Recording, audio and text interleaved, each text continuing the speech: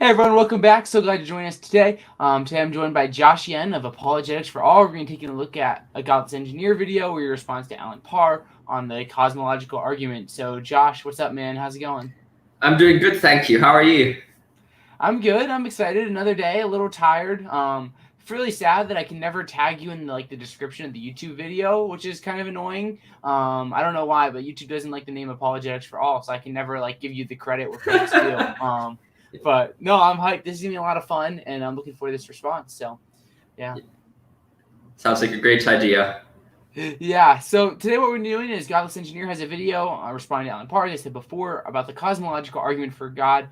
Josh and I are just gonna look through a little bit of this video. So it's gonna be a lot of fun. We're gonna get into it in just a moment. But I just want to say, preliminary, I really enjoy John and his content. If you know John, he's a friend of the channel. I appreciate him a lot. We had a good conversation a month ago about how Christians and atheists can have better conversations. And I have a lot of love and respect for the guy. I consider him a friend. So lots of good things to say. Obviously, I had this cool catchy thumbnail where I'm Godless Engineer is wrong. Ha ha ha. I think he's wrong here, but I value him a lot and I value his insight, which is why we're making this response. So yeah, Josh, do you have any preliminary insights before we get rolling? Yeah, I think that's just such a great idea to kind of really build dialogue across the board. It's very easy to see all the atheist YouTubers on one camp and all the Christian YouTubers on one camp, and it's kind of this war of the worlds or something situation. But it's actually, there's a lot more discussion between them, and it's really nice to have discussions with atheists as well. So for those watching, if you want to test yourself, the best way to do it is to discuss it with other people. Don't be afraid. The best way to know other people is to have dialogue and interaction with them. And that's just very important and very fun. Yeah, no, I totally agree. I don't see this as my 60 minutes where I try to destroy Godless Engineer for all of eternity, but rather just kind of looking at his ideas, building upon them, and just trying to get to the facts of the matter. Because there's some parts where I agree with him, and there's some parts where I don't. So it should be a lot of fun. You ready to get this thing rolling, Josh? Sure, sounds like a good idea.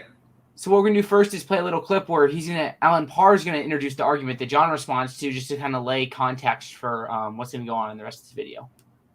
The first one we'll look at is what's called the cosmological argument. And this word comes from the idea of cosmos, or the universe. Now, I'm going to go ahead and read an excerpt from Wayne Grudem's systematic theology book, which describes it in this way. He says, every known thing in the universe has a cause. Therefore, it reasons the universe itself must also have a cause. And the cause of such a great universe can only be God. So what do you think? I'm just going to try to go back 5 seconds here so we can pull up his argument that Parr is using. But what are your thoughts on this argument, Josh?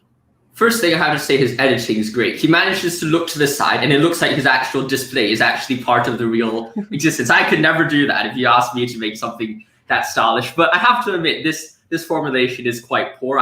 Of course, he uses this as a quote, so he's quoting it from this book, and then after that defends it as if it's a kalam. So I think we should just kind of treat as if he has the normal kalam syllogism instead of this syllogism we see on the screen. But of course, if you're just critiquing this screen, it is a very weak argument, or at least a very simple formulation of it. Mm-hmm. Yeah, I agree. This is kind of I actually had never seen this specific formulation of the cosmological argument until I looked at this video that John made. So, but I mean, John seems to treat it like a Kalam argument.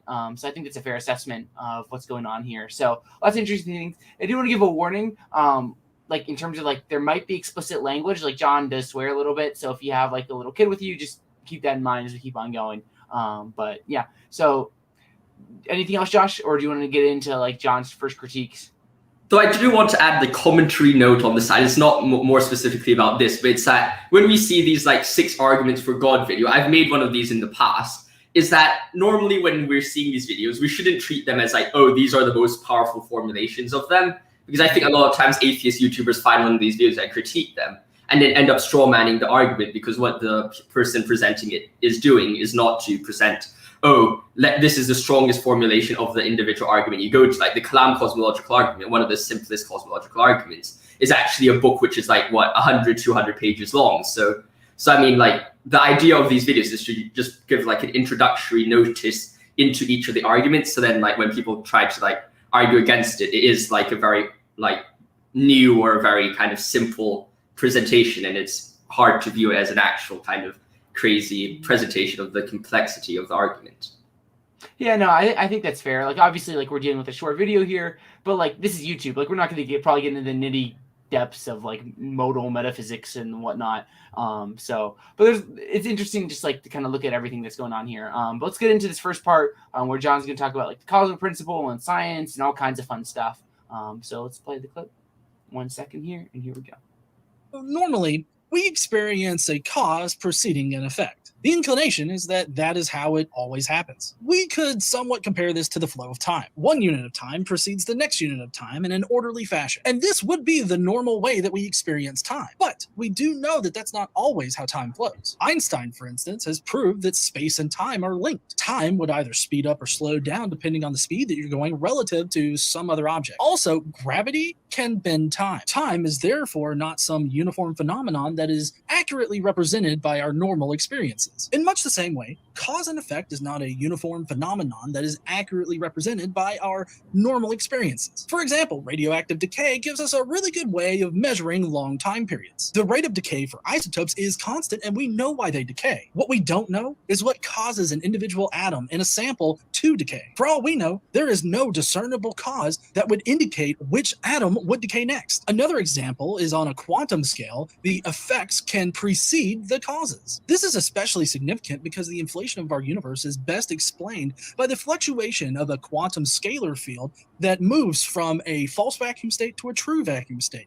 And when it does this, it releases an immense amount of energy that inflated the universe and transformed from inflaton particles into what would eventually become normal matter. After that point, the universe continued to expand. So my contention with a traditional cosmological... So I think, let me make sure I have this timestamp right because my YouTube's done. Yes, this is good. So this is a good place to stop. Lots of great content to kind of look at here. So what do you think, Josh? I think the first thing is to discuss kind of his usage of time here, because I'm not really sure, like looking back at my notes retrospectively, I'm not really sure how, like whether I viewed it in the right way the first time around. Because the first time I heard it, I was like, well, is the example of time really useful or applicable to our discussion about causality? Because it seems that what Alan is using an inductive argument for causation. So he's like, okay, look at these certain things. I think he said, look at these phones or whatever he was saying, like look at certain things inductively and say, well, causation, there's this causal principle in the world. However, then you look at GE's use of time, which is, well, it's like this use of time does not really represent our understanding of reality or time, our understanding of time. Is it a very common sense understanding of time? Then, well, the question is, or like the situation is really, well, I think you have, well, what is actually GE arguing against? Is he arguing against our inductive understanding to know about time, or is he arguing against kind of the existence of causality as a whole? I think there's two arguments that could be focused on, or which one is he actually arguing against? I think we have to kind of figure out which one he is doing here. Yeah, I was trying to think it, like I was listening again, is like he was talking about this analogy, and like, well, at least what I got from it was like he's kind of getting this idea of like we have this intuition of like cause and effect. Like Parr gets the cell phone, and it's like, yeah, it seems obvious. Like in this case, like there is a cause and of the cell phone. But then I think what GE is going to say is like, well, we have this intuition, like time is like this continuous flowing thing. But then we can encounter these issues with, like, I believe it's like special relativity, where it seems like time kind of flows differently depending with like what's going on. And that's my very rough, uneducated sketch of time. I don't know like anything about philosophy of time.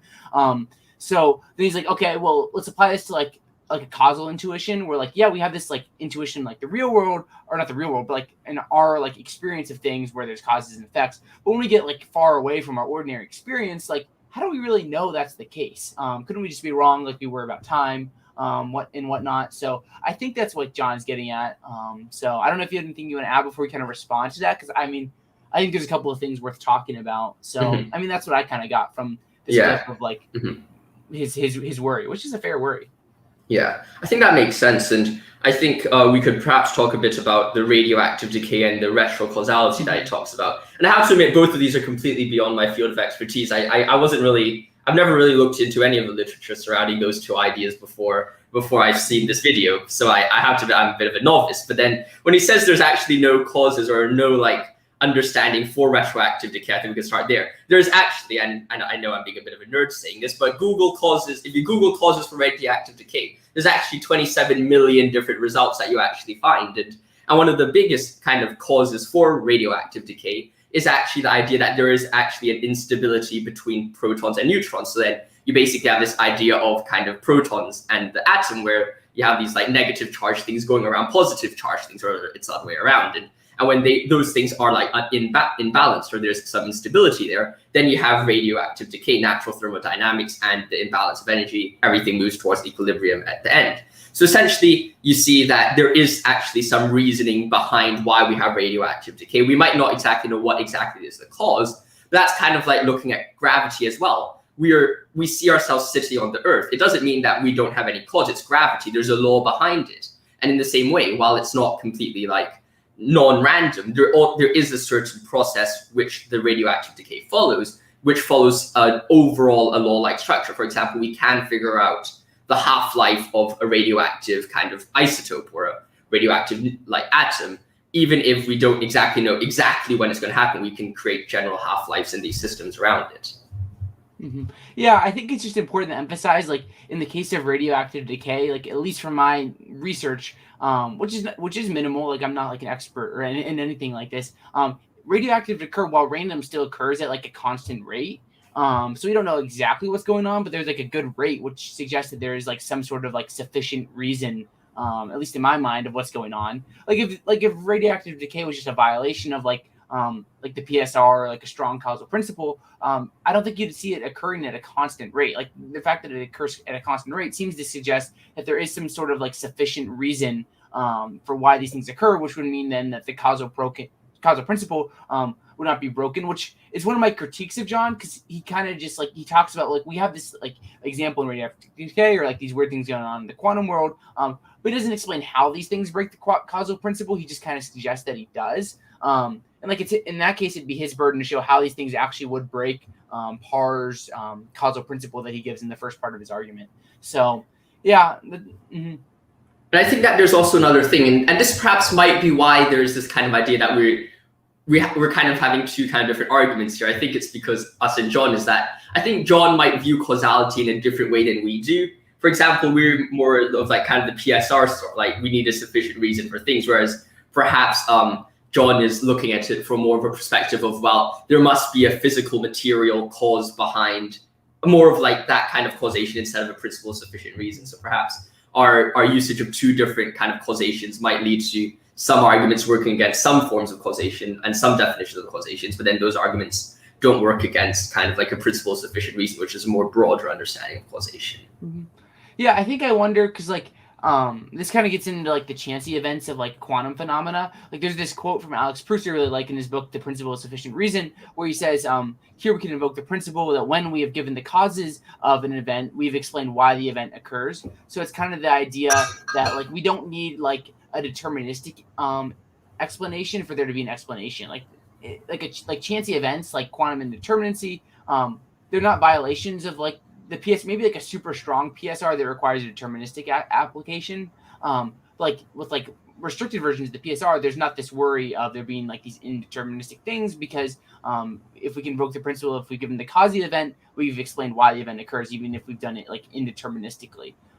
So John actually clarified in the chat, actually my argument is not everything requires a cause. And obviously like, I think we're going to challenge that. So do you have anything else? Because there's a couple more things I have in this clip, but not necessarily relating to like the radioactive decay and chancy events things. Sure, that sounds good. I think we could talk a bit about the retrocausality, if that's something that you talked about as well. But I think if we talk about the retrocausality, once again, it's beyond my field of expertise. But I do think that even if you accept retrocausality, if it exists or not, and there's also definitions about how it exists. For example, tachyons, they're meant to be a form of retrocausality, although they're actually not going back in time in the way that we think it's like kind of Back to the Future going back in time. It's more like going back in time relative to the viewer. So you have one viewer looking at the tachyon, and that's like Einstein's relativity. You see it going back in time, but it's not technically, theoretically going back in time in a common sense view of how it's going back in time, because that's not really how like time actually works in reality.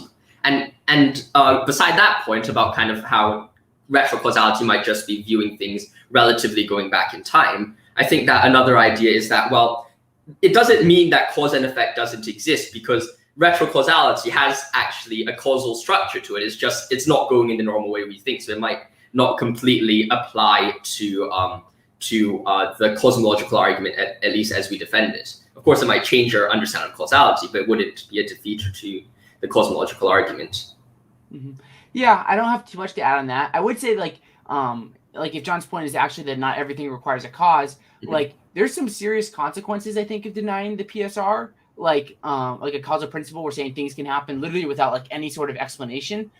So just here's a couple of things. Well, one, it goes like against our basic intuition. Well, we kind of covered that, and John responded to that, and you can do that what you wish. But like this idea of like things require causes, this is a foundation or pillar of modern science. Like part of the reason like we have like evolutionary biology is like we're searching for like why humans exist. Like if we say, well, not everything requires a cause, maybe humans just exist. There is no reason if we're going to deny the causal principle. Like this is a very foundational thing where science looks for explanations of phenomena. And if we're going to say, well, phenomena can occur without any sort of explanation, well, it seems like we're challenging like a foundational pillar of science. And then something that I'm not going to perfectly sketch out, but someone like Rob Koons does is talking about like, well, not everything requires a cause. Well, then this could like even hurt like our experience. So like, let's say like right now, Josh, in my experience, I'm talking to you on a screen. I see a live chat. I have my notes right next to me. But like if not everything requires a cause, maybe I just have that experience for no reason. It's like a trip, like a bad trip, but there's no explanation for it. Like I'm just like hallucinating for no reason at all.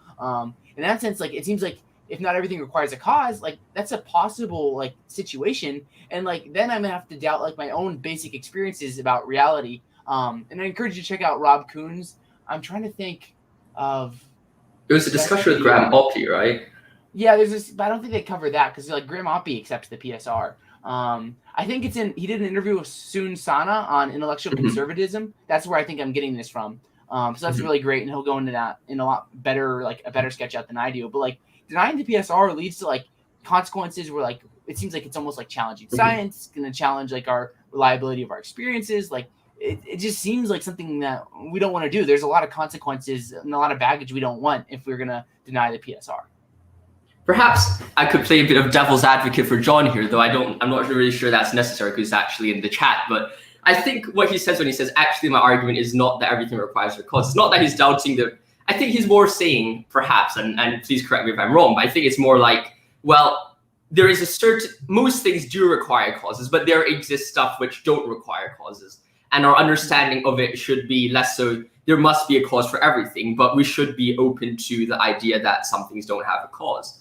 And then there might be questions coming up from that. However, I do agree the idea that it is unreasonable for us to think that just from induction and all of our every other understanding. And the question here, I think, that when we talk about Godless Engineer's argument, when he says, actually, my argument is not that everything requires a cause, I hope maybe what I said previously wasn't very clear, but I was more questioning, well, what exactly do you mean when you say cause? Like kind of a more meta view of that statement, because I think that you could say, well, yeah, it's true that not everything requires a cause under the definition that everything requires a materialistic kind of demonstrable, ordered, structured cause, which would then, by definition, like put out or allow these kind of quantum examples that John uses to be a proper counter or a defeater to our argument or this definition of a cause. However, if we define it more of a principle of sufficient reason, us being able to find like order, like apparent order in quantum in radioactive decay, for us to be able to find these rules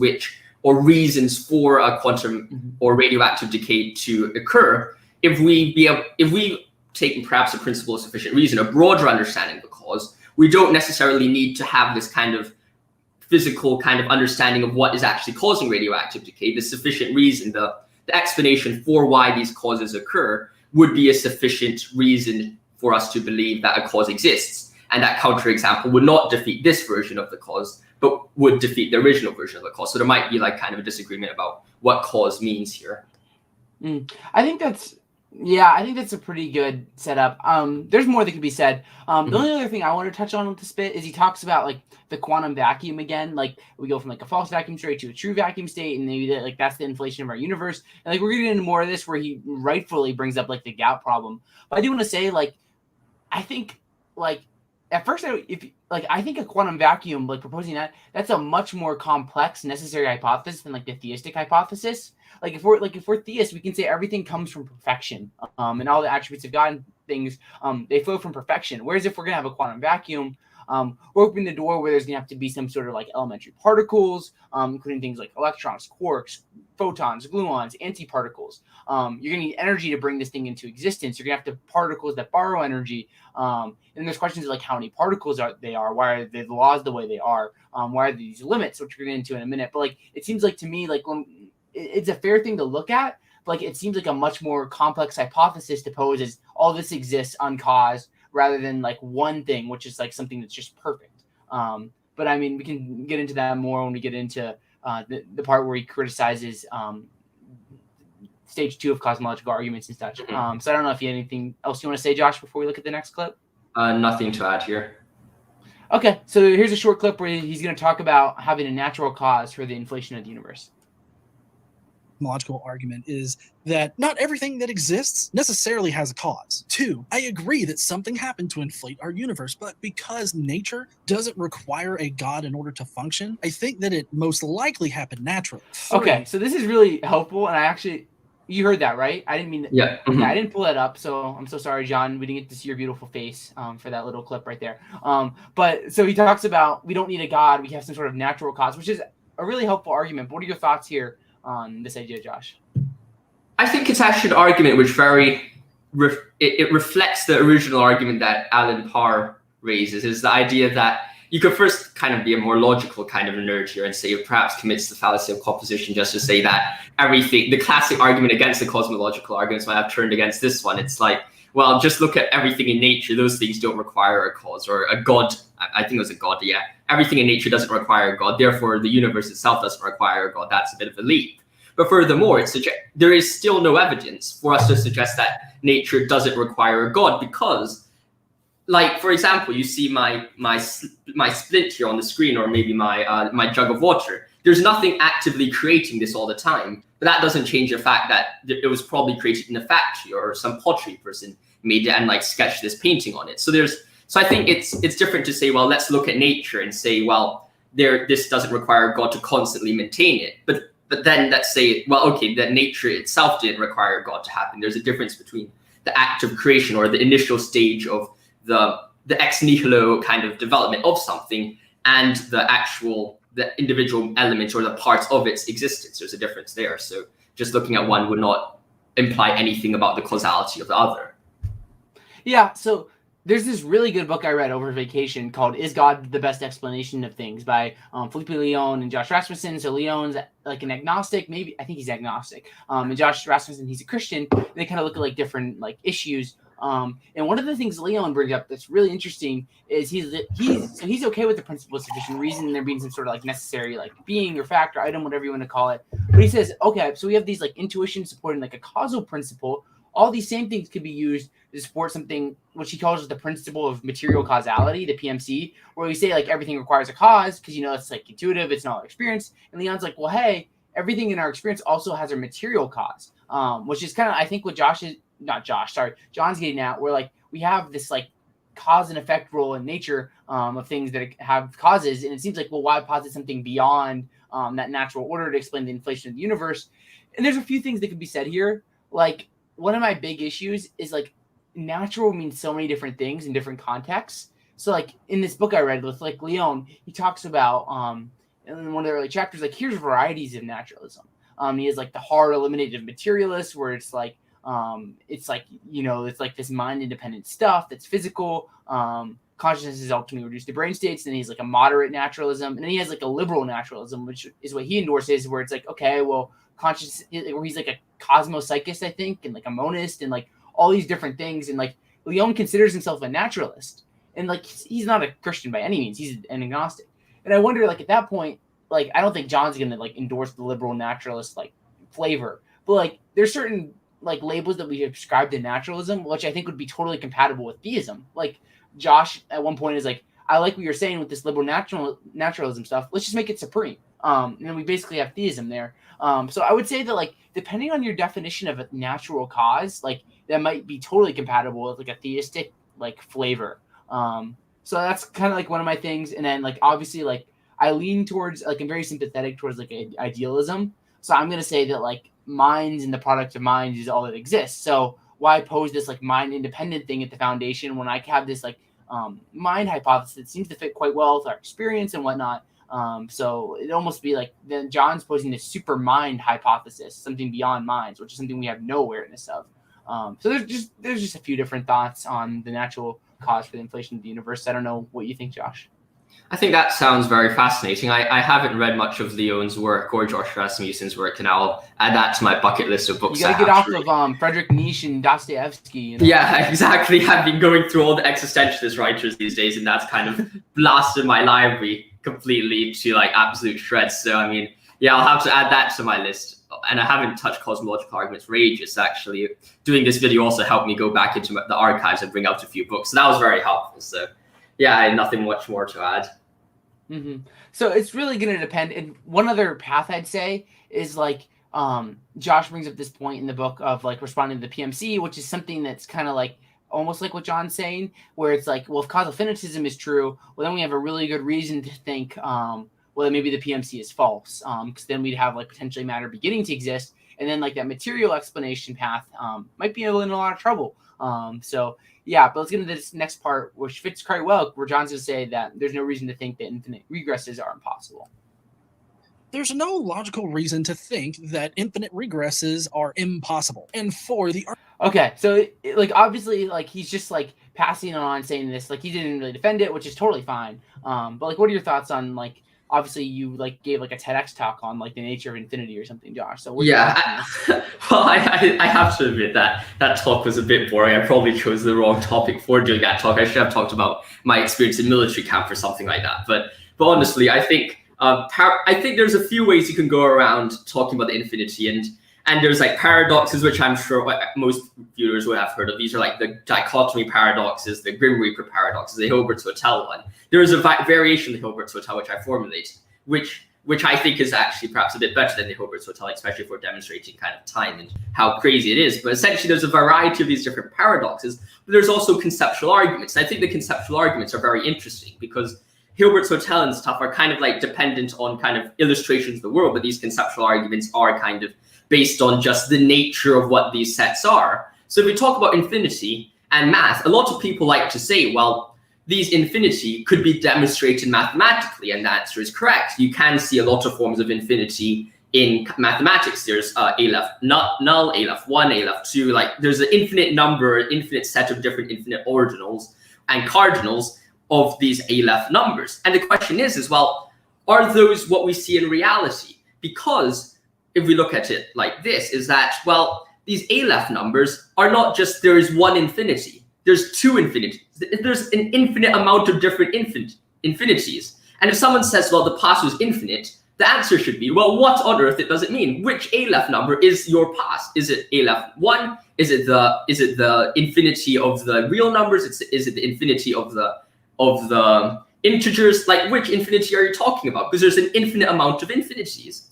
And furthermore, and this is kind of one of the reasons why when Cantor first formulated the infinities, he didn't view them as anything which was existing in concreto. He had more of a bit more, and there's debates about this, but he had a bit more of a Platonic understanding, kind of like Platonic ideas. It was never meant to be a representation of that which is in reality.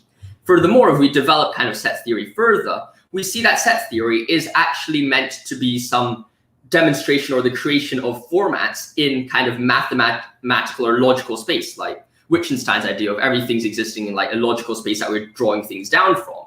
And with that in mind, when we talk about like the infinity that we discussed today, the structured infinity that we find in the Zermelo-Franco set theory and stuff like that, we see them as kind of these conceptual realities that we're talking about rather than anything in reality. So when someone says, well, the infinity is possible, it's definitely possible. But then that kind of possible is talking about mathematical discussion and not about kind of what we're talking about or what we're seeing in reality. So there's this kind of like difference between what is infinity and what is reality. There's a separation because they're talking about two different spheres entirely.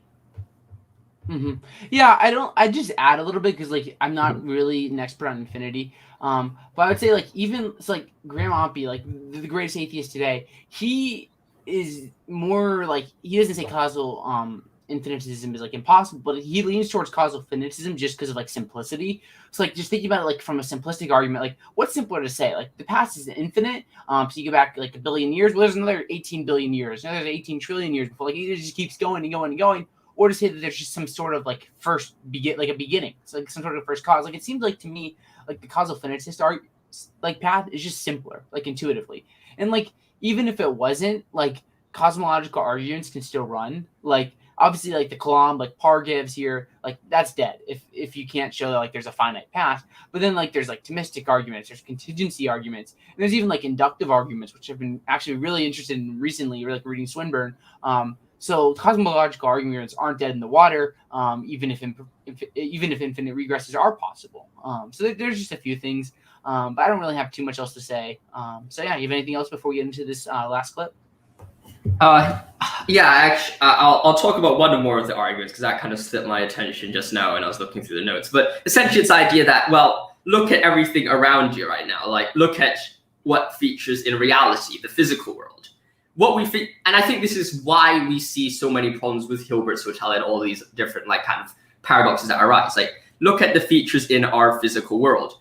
I think we can create a few different kind of axioms that we see is that magnitude in the universe are somewhat objective in the sense that, well, this thing has a certain size and they're diverse. Like there's a lot of different sizes. The book's a different size from my bookmark and there's all lots of different like kind of magnitudes to it. But then you can also define or switch or create relationships between these different objects in these different sizes. For example, this thing is bigger than this. You can know objectively that this thing is bigger than this one, right? And you can objectively figure out that these are kind of, or at least they're meant to be the same size. Now, with that in mind, you have to look at that we can form these kind of at least simple rules of how the universe works. And it's that, well, we can say that X is the same size as Y, or X is not equal to Y, and X is bigger than Y if they're not equal. And you can find these different relationships. The same could go for time to some degree. And it doesn't matter whether you can go back in time or whatever retrocausality you want to look at. It's like, well, a passage of time this week is obviously longer than one day. Like you can create these kind of differences as well. And then you look at it and look at Aleph and infinite mathematics, it creates a completely different system. It's not just saying, well, we're continuing our understanding of finite arithmetic. We're positing a completely different system. And that system is completely incompatible with our finite mathematics. That's not to say the system is wrong. It's just to say that that system is completely different. It's completely otherwise from the mathematics and the world that we're working right now. We're talking about a different entire form of numerals. We're talking, and numerals in the broadest sense, we're talking about a different set of numbers. We're talking about a different number of ideas, which are completely detached from our current world. And as a result, it would be wrong to say that they both can be, or I think it's just incorrect for us, or at least there are problems for us to say, well, that kind of understanding is happening in our world right now, because there are definitely some contradictions, or there are definitely some kind of differences there, which are kind of difficult to put on top of together, because what we realize, what we see in reality are not reflecting to the system that transfinite arithmetic kind of posits. So there's some inconsistency there. I think that's another way to look at it. Interesting stuff. So let's get into this last clip where he's going to talk about saying God is uncaused and like special pleading and building a bridge and lots of really interesting stuff here. The argument is ultimately just special pleading. The cosmological argument specially pleads that God didn't need a creator or didn't need a cause. And so therefore he is the ultimate cause for everything. Even if you grant that everything has a cause and we come to the conclusion that the universe has a cause, it would be a giant leap in logic to suppose that a God is that cause. And if everything requires a cause, why doesn't God require a cause? You see, you have to leap from the universe has a cause to God is that cause. You need to build a bridge using evidence that connects the beginning of the universe to God. Apologists simply never do this. Now, let me just kind of break that down in layman's terms. Let's just say we have this phone right here. So I don't think John like directly implied that it like meant to do this, but like Josh Rasmussen has this really good book, How Reason Can Lead to God, and he talks about building a bridge from being there being the necessary being to God. He always uses this analogy of like the bridge, and like he's building the bridge and strengthening the bridge and whatnot. So it's kind of funny. I'm not saying that like, but like I just love that because it reminded me of Josh's book, which I love. But I'll just kind of take this first, and like I think John's critiques are fair because especially like when you look in one sense, because like if you look at like Alan Parr's argument, like he's saying if the universe began to exist, like then God caused it. Well, like he just throws that in there. Like he gives no, and like obviously it's a short video, but he gives no justification for like, what if the universe begins to exist? Like, why is it God? And this is why I think it's really helpful to look at like cosmological arguments in 2 stages. So the first is like kind of establishing, well, there's some sort of like necessary thing, something that isn't like, that doesn't depend on anything else, something that exists on cause. This could be like your quantum scalar field or like matter energy, or like the theist is going to say God. Like we can all agree and like shake hands and have a hurrah, all agreeing on stage 1 that there's something that exists like that's like necessary, uncaused, and it's responsible for our universe. And in stage 2 is when the theist is going to say, well, this is something personal, something like God. And like, you know, like, so you can agree on stage 1, disagree on stage 2. So that's why I think it's helpful to break it up. Obviously, like, I don't think it's special pleading because I'm not going to accept that everything that exists has a cause, which is what, I don't know if John like meant to say begins to exist or whatnot, but like, I don't think that everything that exists has a cause. Like take numbers, for example, if you think like maths are like real. So there's a few things. And then like, obviously like we can get into different arguments. So like when I did my debate with John in like March or April, I spent most of the debate trying to get from like there being a first cause to God. So like there's different things like limits or fine tuning or consciousness or moral knowledge, or like the intuitive theism, which I think are really good reasons to think that this first cause or foundation is God rather than like a quantum field or something like that. So yeah, there's a lot of things, and I just think it's helpful to really kind of divide the argument into 2 stages, so that we can really build bridges and whatnot. So yeah, what do you think, Josh? I completely agree with you on that, and I have to admit I don't know anything about kind of. I do know a bit about it. I think there are different ideas or different ways for you to get from beginning and causes to kind of what we see in reality. But I do think that I think you're definitely know more about it than I do. However, there is something which I thought Craig did really well, and this is more specifically for the Kalam argument, or at least a Kalam variation of the cosmological argument, where he says, well, let's assume there is actually necessary being, and there's a timeless state and a timed state.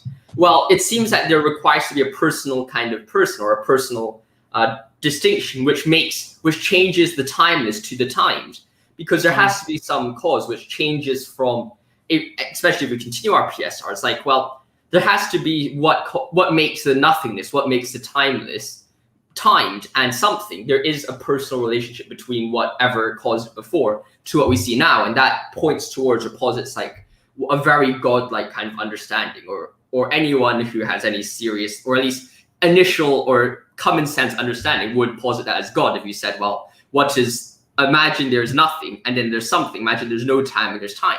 That is a very like theistic kind of notion, or a very theistic kind of view of causation, I think, and that's quite interesting. Mm-hmm. And I wonder, like, I want like explanation to go as far as we can. Like, I'm not really content with saying like, well, there's like this brute. Like, this is why like it's like not as popular, I think, now. But I'm a fan of like unrestricted PSRs where we can ask like what explains necessary truths. Because some people want to stop at like, well, we just can't explain something that's necessary. It's just a brute fact. Like God's a brute fact. But like, I don't know. I'm very like sympathetic to like unrestricted PSRs where we could really say, well, why does God exist? Well, I'm gonna say like, well, the foundation has to be perfect for some reason. This is like very theoretical. So if you're ever someone decides to respond to this, don't respond to this part because I'm just like thinking out loud here. But like, I'm very sympathetic. Like, I feel like there has to be an answer to the question of like, why does God exist? Like, it's not just a brute fact. That's just me kind of like thinking out in the distance. I don't really know what that answer would be. But yeah, so unrestricted PSRs. Yeah, that's where I got that from. Yeah, I think that's quite interesting. I'll have to think a bit more about that. And I think that what you're touching on about some idea of perfection of God, I think that's a very existentialist kind of notion, and quite interesting. I'll have to think about that a bit more in my time as well. But it's been quite interesting kind of discussing this, and I have to admit I have to read more about the second stages of cosmological arguments, because I think in academia we're moving away from this idea that there is no necessary kind of cause to there is a necessary cause, and that's a lot due to Oppie's work and stuff like that. And now we're saying, well, how do we move from that necessary cause to God? And that's quite an interesting thing to do as well. And the second stage of the cosmological argument kind of moves it that way. Though I do think that adding upon this is that even if you don't have the second stage, at least it demonstrates that there is some rational belief to posit a God. While it's not necessarily God has to be the cause, at least there is some reason for people to believe in God, because it's like kind of, if we talk about epistemology for a bit, it's like, well, what exactly is justified belief, or what exactly is a reasonable belief to hold?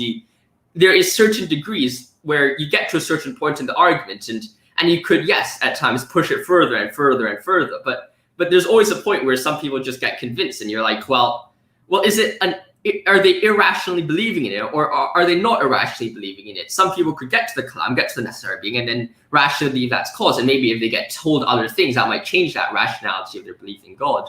But for some people who just view it and reach this necessary cause, they could as very much rationally believe that that is God. And I think that there's definitely a possibility for that kind of just to sustain their faith. And I find it very difficult to kind of argue against kind of just getting to a necessary cause and people believing it's God. Of course, there's a second problem, but I mean, dependent on how much information they're given, I think they could rationally believe in God from that. Mm-hmm. Yeah, it's interesting because like then it's gonna find like how do you define God, and like there's all these questions. But I'm just very sympathetic to like building bridges. Like if you're like a skeptic listening to this, or you're John, like I'd just be really curious. Like, are you like would you accept stage one? Like you don't even have like you can accept stage one. There's some sort of something necessary, and you don't even have to give up your belief that like infinite regresses are impossible. Like you can believe in the possibility of infinite regresses and still believe in a necessary cause. Like that's what contingency arguments are for. And I think like some people, like I think Alex Proust would maybe he changed his mind. Say like infinite regresses are possible. But he obviously like believes in the necessary thing. But like we'll say that for another day. Josh, do you have anything else you want to say before we wrap things up here? No, sounds absolute. It's been an absolute pleasure doing this video with you, like always. It's been really nice. Mm-hmm. Yeah, it's been a lot of fun. I've enjoyed this video a lot. John is awesome, really great. He brings up great points. I really enjoyed like doing the notes for this video because there's just so much fun stuff to think about, and like we're just probing like these deep questions of reality together, and like we have different perspectives. But we're just coming together and making each other better and looking at this. That's been a lot of fun.